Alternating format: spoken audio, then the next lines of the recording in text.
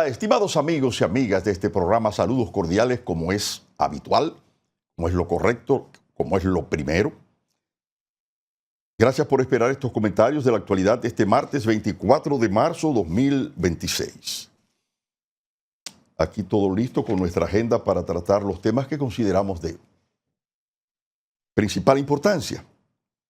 Ustedes han visto cómo en el tema del conflicto en el Medio Oriente, el petróleo fluctúa, el precio del barril del petróleo, dependiendo de qué ocurra, de qué noticias se sepan.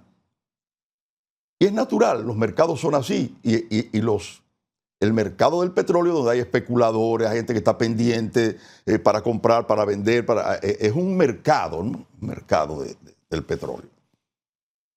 Que Donald Trump dijo que no va a bombardear y que da un plazo de 5 días. Esto mejoró la situación. Pero tan pronto se respondió de que no, que volvió otra vez el petróleo y subió. Bien, pero fíjense, yo lo que quiero señalar es que esto va para largo. Aún pudiera llegarse, que ojalá se llegue a un acuerdo para cesar los bombardeos y esto. Ya hay un daño grande que va a tomar tiempo restablecer la normalidad. Pero cada día se suman. Cuando usted enciende ese fósforo y se abre un incendio, usted no sabe a dónde eso va a llegar. Y parte del foco esencial de todo este problema es Israel. Y su problema existencial de que esta gente es enemiga y me quiere borrar del mapa. Y yo lo voy a borrar a ellos primero. Ese es el problema, para resumirlo.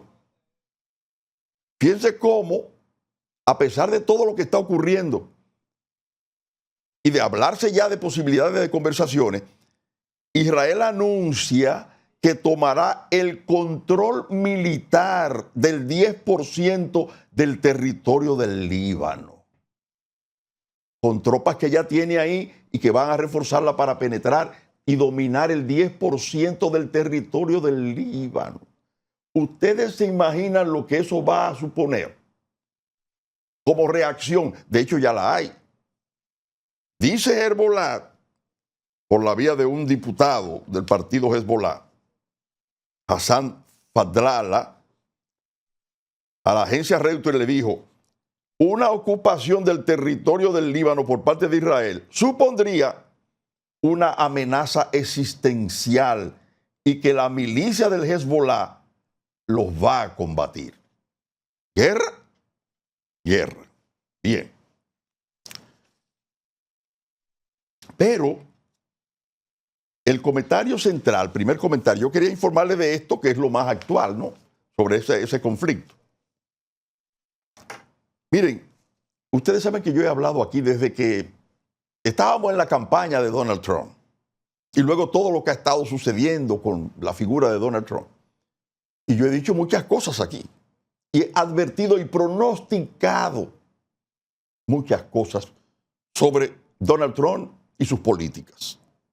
La personalidad de Donald Trump, sus políticas en sentido general y esta guerra y todo.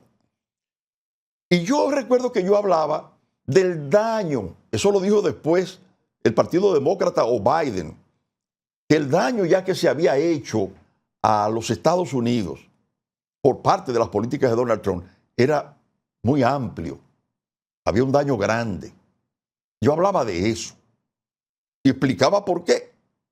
Sus conflictos con las universidades, el tema de los aranceles, eliminando empleados públicos, enfrentando a la justicia, a los jueces, persiguiendo a los que los habían criticado, enfrentándose a la prensa. Bueno, una locura. Ayer vi un artículo que resume todo lo que yo había dicho aquí. Dije, mira qué interesante. Y lo escribe en el periódico El País de España Andrea Ricci, que es un articulista frecuente en las páginas del periódico El País. Él llama a su artículo el suicidio geopolítico de Estados Unidos. El suicidio geopolítico de Estados Unidos. Y como no tengo tanto tiempo y hay que empezar a resumir, y ya el director me dice sobre el tiempo, él habla de, que yo por cierto me recuerdo que hablaba mucho de eso, de cómo esas alianzas que le habían dado tantos resultados a los Estados Unidos, sobre todo con los países de Europa,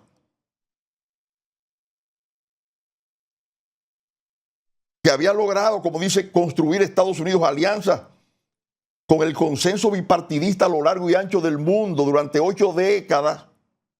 Ahora ya ningún aliado se fía de la Casa Blanca. Y están organizándose para no depender nunca más de los Estados Unidos. Y habla del tema de la OTAN.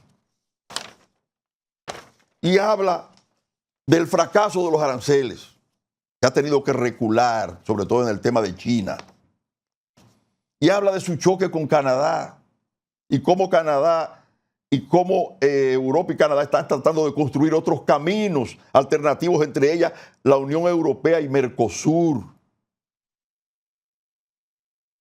Cómo ha lesionado el orden internacional que no sirve para nada ya. Cómo se ha deteriorado el sistema democrático en los Estados Unidos. Dice que hay un prestigioso instituto, VEDAM, que ha publicado un informe anual en el que señala que ya no considera a los Estados Unidos una democracia plena por las actitudes de Donald Trump, por todo lo que ha estado aconteciendo.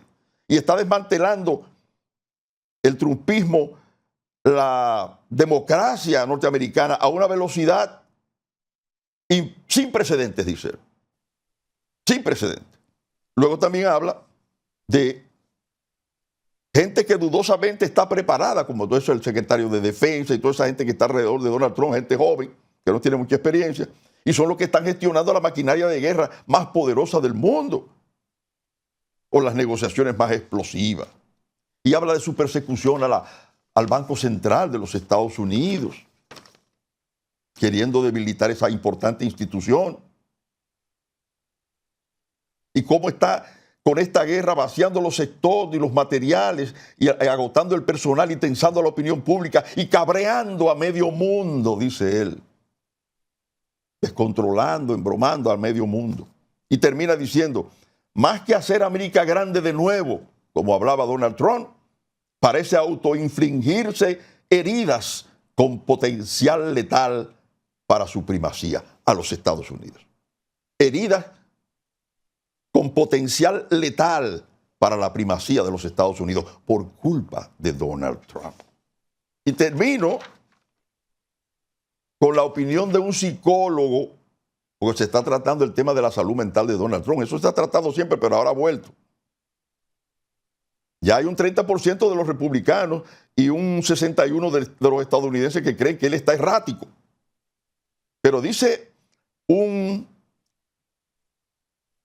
psicólogo, John Gardner, de la Universidad de Johns Hopkins, que Donald Trump es un narcisista maligno. Afirma, dice que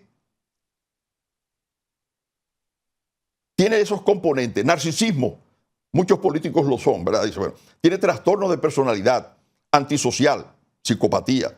Mienten, engañan, hacen daño a los demás. Eso es el tipo de narcisista así. Violan las normas, no existe el remordimiento, se sienten constantemente atacados y por lo tanto buscan venganza, grandiosidad. Su afán es dominar y quedar por encima del resto. Soy el mejor presidente de la historia. Nadie sabe más que yo sobre aranceles, etc. Y sadismo. Disfrutan del caos, la destrucción y la humillación. Oigan, el cuadro de un psicólogo no es enemigo de Estados Unidos, de la Universidad de Johns Hopkins en los Estados Unidos, que perfila el cuadro psicológico del presidente de Estados Unidos de esa manera. Válgame Dios. Vamos con nuestro señor director.